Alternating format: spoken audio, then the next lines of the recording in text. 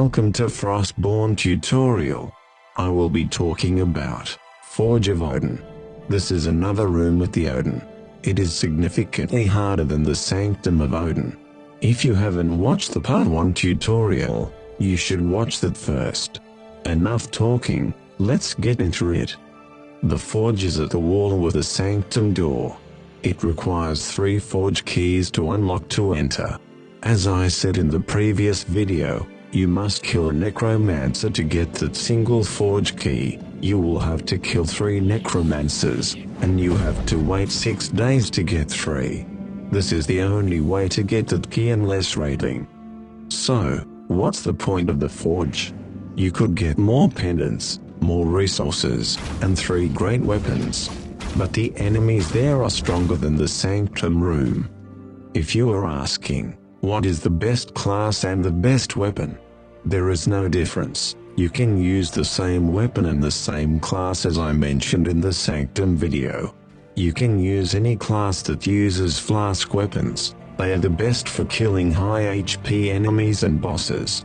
I recommended trying Alchemist. It can heal and damage very well.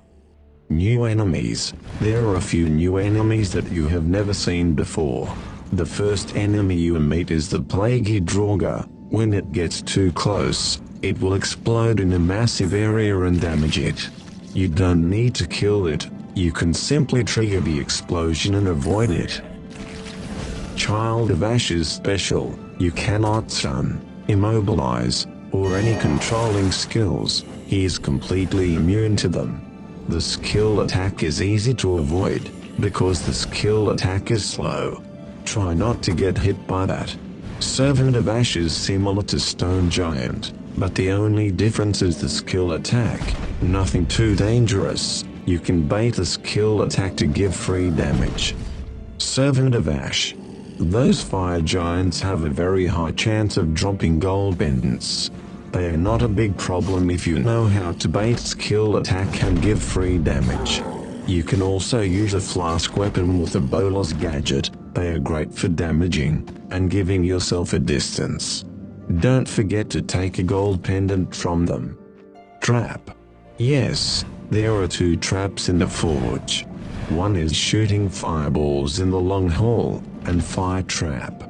The first trap is not very hard. You could move sideways, back and forth, and at the end of the trap, there is a switch that can turn off the trap. If you think you could mess up, put your stuff in the chest and have a healer staff. A fire trap is not bad. You go to the safe spot and wait until the fire passes you, then go on to the next spot. Be careful at the end. There are enemies in the room. Make sure you take out one at a time, then proceed to turn off the trap. If you experienced a lag in the room, those are the reasons why. Go to the setting and set the quality on the lowest. I hope it helps. There is one more trap that is in the boss room. I will discuss that later. Room of Death. For this specific room, I recommended you not to open it. A giant is very close to the door, and 2 archers on the back. When you open, all of those mobs will attack at the same time. You could die so fast before you could escape. Open it until you are tanked enough. Bosses. There are 2 bosses in this place. Let's start with the Whisperer.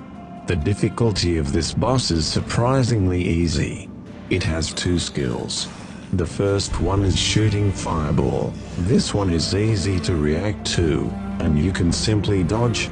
The second one is a damage reflection. If you damage it, the damage will reflect on you.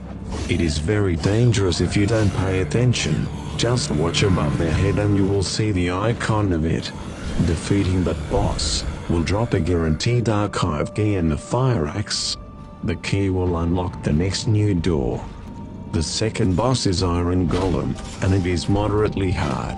Once you enter the room, you cannot get out until the boss is defeated, or you can use a Thrasher Leap to reset the boss to unlock the door. It has 3 skills. The first skill that fill lava on the ground, and stay there for a long period. It loves to put multiple lava on the ground. This will be problematic if you don't kill the boss fast enough, or use too much space. The second skill is a flamethrower. It is a huge wide wave attack. It is not quick, but it is reactable. The third skill will be the deadliest one. If the boss's health is at half, the trap will come on, and it is shooting fireballs all over the place, which limits your space. You carefully fight the boss, and look at your surroundings. Definitely you must have a partner with you for that boss. If you manage to defeat it, it will drop a guaranteed either fire dagger, or fire bow, and rune of fire. Those weapons are excellent for PvP. And the rune of fire used for crafting the Nord bomb for raids. Clearing. Just like the previous video of Sanctum tutorial, you want to ignore all the giants as much as possible. Take out all the small monsters, and then you can grab them all and damage them all. Be careful. All this can be done solo, except Iron Golem. I think you will need a partner to kill it. That's all for now. If you have any questions about Forge, or if I missed something, put your comment down below and I will answer them. Make sure you press the like and subscribe. They do help. Thanks for watching and grow strong, my friend.